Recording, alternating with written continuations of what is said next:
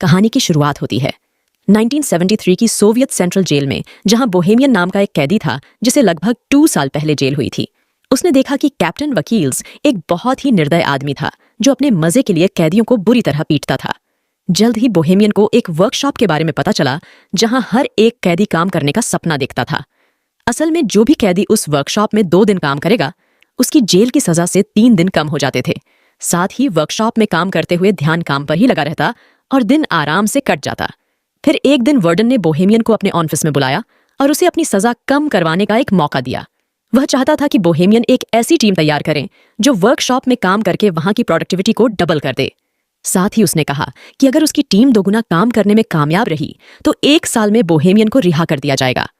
Warden ने कहा कि वह अपनी पसंद के किसी भी कैदी को चुनकर टीम बना सकता है।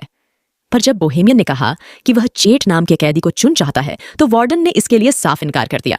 असल में चेट काफी खतरनाक कातिल था जिसने 2 लोगों को बेरहमी से मार डाला था। लेकिन जब बोहेमियन ने कहा कि वह बहुत मेहनती है, वह जरूरी है टीम के लिए, तो फिर वार्डन उसकी बात मान ही गया।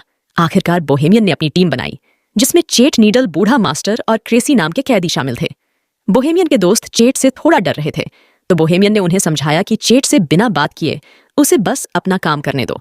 असल में बोहेमियन और चैट काफी अच्छे दोस्त थे क्योंकि कुछ समय पहले चेट ने बोहेमियन की जान बचाई थी। खैर, जल्द ही उनकी टीम काम करने वर्कशॉप में आ पहुंची। वहां जाकर नीडल एक गार्ड को चिढ़ाने लगा जिससे गार्ड को बहुत गुस्सा आया। पर अभी वो नीडल को पीट नहीं सकता था क्योंकि उन्हें वर्कशॉप का बहुत जरूरी काम करना था। खैर, फिर हम देखते हैं कि सभी कैदी काम करने की तैयारी कर रहे थे। कुछ देर बाद गार्ड ने वहां आकर सबको चॉकलेट्स दी क्योंकि उसकी पत्नी ने एक लड़के को जन्म दिया था। लेकिन बाद में कैप्टन ने गार्ड को चेतावनी देते हुए कैदियों से दूरी बनाकर रखने को कहा क्योंकि उनमें और जानवरों में कोई फर्क नहीं। अगर उन्हें लगा कि गार्ड नरम स्वभाव का है तो उसे कच्चा जबा जाएंगे। उधर बोहेमियन की टीम की मुसीबतों की शुरुआत हो गई थी जब चेट ने मशीन चालू करने से इनकार कर दिया।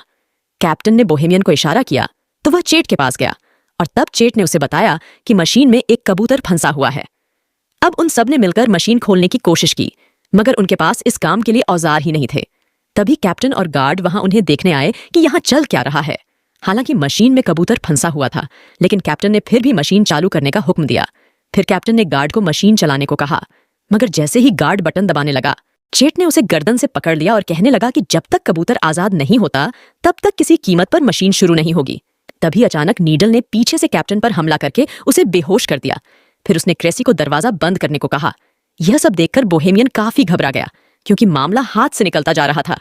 अब कैप्टन और गार्ड उनके कब्जे में थे और वह आगे के प्लान के बारे में सोचने लगे।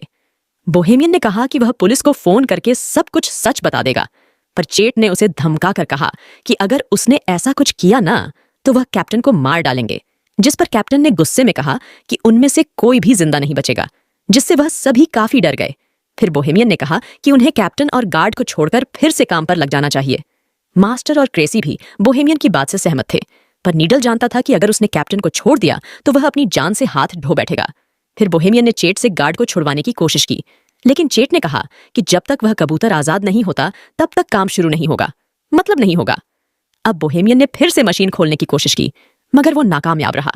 तब चेट ने कहा कि अगर यह कबूतर मारा गया ना तो मैं इस गार्ड को भी मार दूंगा। यह सुनकर कैप्टन हंसकर कहने लगा कि चेट एक छोटे से पक्षी के लिए इतना हंगामा क्यों कर रहा है। फिर उसने चेट के मरे हुए भाई का मजाक उड़ाना शुरू कर दिया, जिसके बाद चेट गुस्से में कैप्टन को मारने दौड़ा, मगर फिर बाकी कैदियों ने जैसे तैसे उसे शांत किया।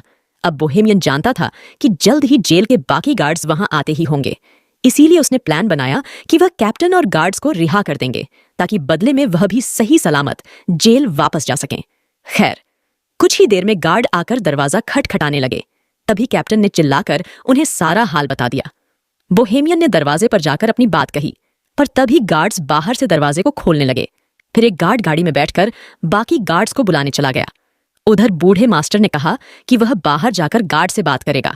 फिर वह हाथ खड़े करके दरवाजे से बाहर निकला तो एक गार्ड ने उस पर बंदूक तान दी।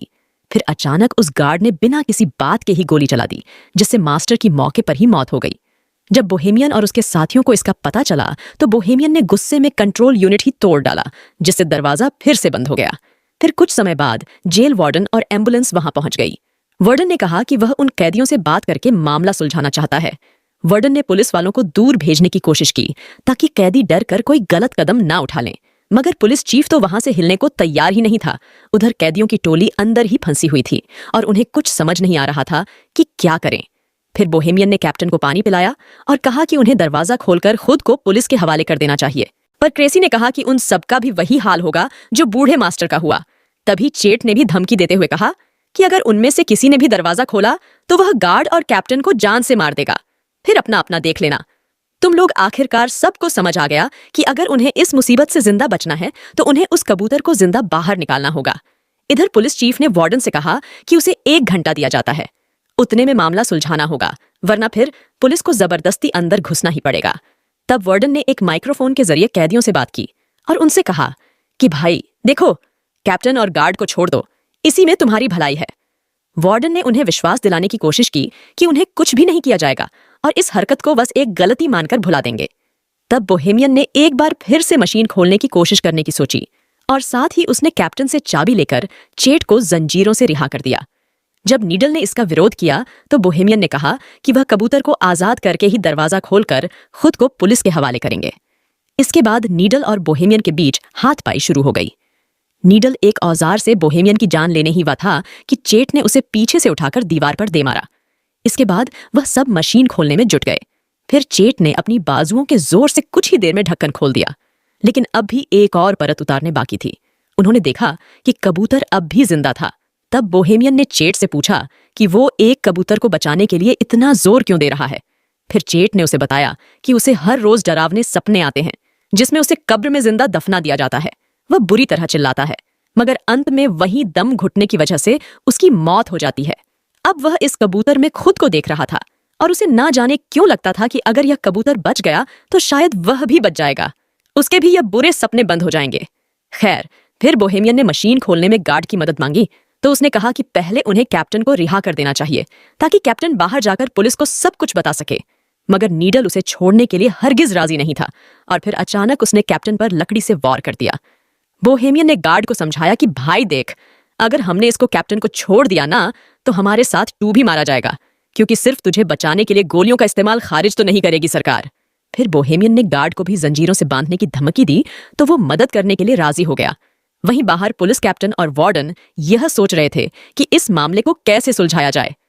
वार्डन को यकीन था कि कैप्टन और गार्ड अब भी जिंदा है। इधर वर्कशॉप में क्रेसी और गार्ड दूसरे कमरे से एक औजार लेने गए। क्रेसी ने कहा कि चेट शुरू से ही बुरा आदमी नहीं था, पर एक रात ने उसकी पूरी जिंदगी तबाह करके रख दी। उस रात चेट के भाई की शादी थी और उसने बहुत ज्यादा शराब पी ली थी। जब चेट के भाई ने उसे रुकने को कहा तो नशे में चेट ने अपने भाई को ही मार डाला। जब उसके पिता ने उसे रोकने की कोशिश की तो चेट ने उनकी भी जान ले ली। कुछ देर बाद जब उसे होश आया तो उसने पछतावे में खुद को पुलिस के हवाले कर दिया। खैर, फिर सभी कैदी मशीन खोलने की कोशिश में जुट गए। तभी बाहर से वार्डन ने बोहेमियन को बात करने के लिए दरवाजे पर बुलाया। असल में उनकी मोहलत का 1 घंटा बीत चुका था, मगर बोहेमियन ने कहा कि उन्हें कबूतर को जिंदा बाहर निकालने के लिए 1 घंटे का समय तो और लगेगा। फिर वार्डन ने अंदर बंधे हुए कैप्टन से बात की तो उसने कहा कि यहाँ तो कोई कबूतर है ही नहीं और यह कैदी तो बस भागने का मौका ढूंढ रहे हैं। खैर, फिर वार्डन ने कहा कि उनके पास कैप्टन और गार्ड को रिहा करने के लिए 60 मिनट और हैं। फिर वार्डन ने बोहेमियन को याद दिलाया कि भाई क्यों पंगा ले रहा है।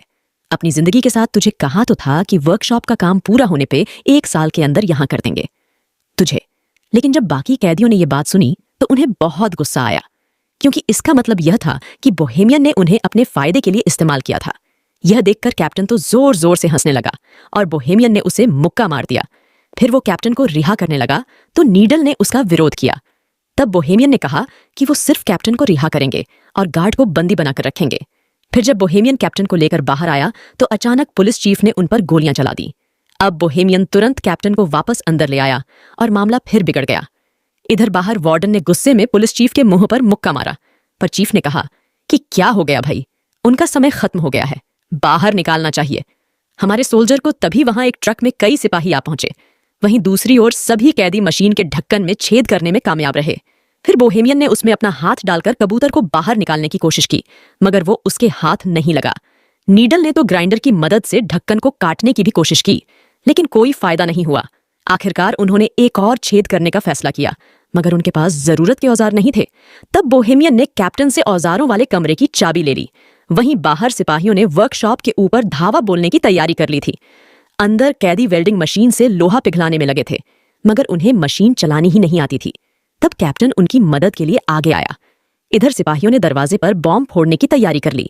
आखिरकार कैदी मशीन खोलने में कामयाब रहे, मगर वह कबूतर तो वहां से उड़ना ही नहीं चाहता था। तभी कैप्टन ने अपनी बंदूक निकालकर कैदियों पर तान दी। इसके बाद चेट ने कबूतर को बाहर निकाला और उसे पानी से साफ किया। दोस्तों, इसी के साथ ये कहानी समाप्त हो जाती है। अगर आपको वीडियो अच्छी लगी हो तो वीडियो को लाइक कर देना और चैनल को सब्सक्राइब कर देना। मिलती हूँ अगली वीडियो में। सभी को राधे राधे।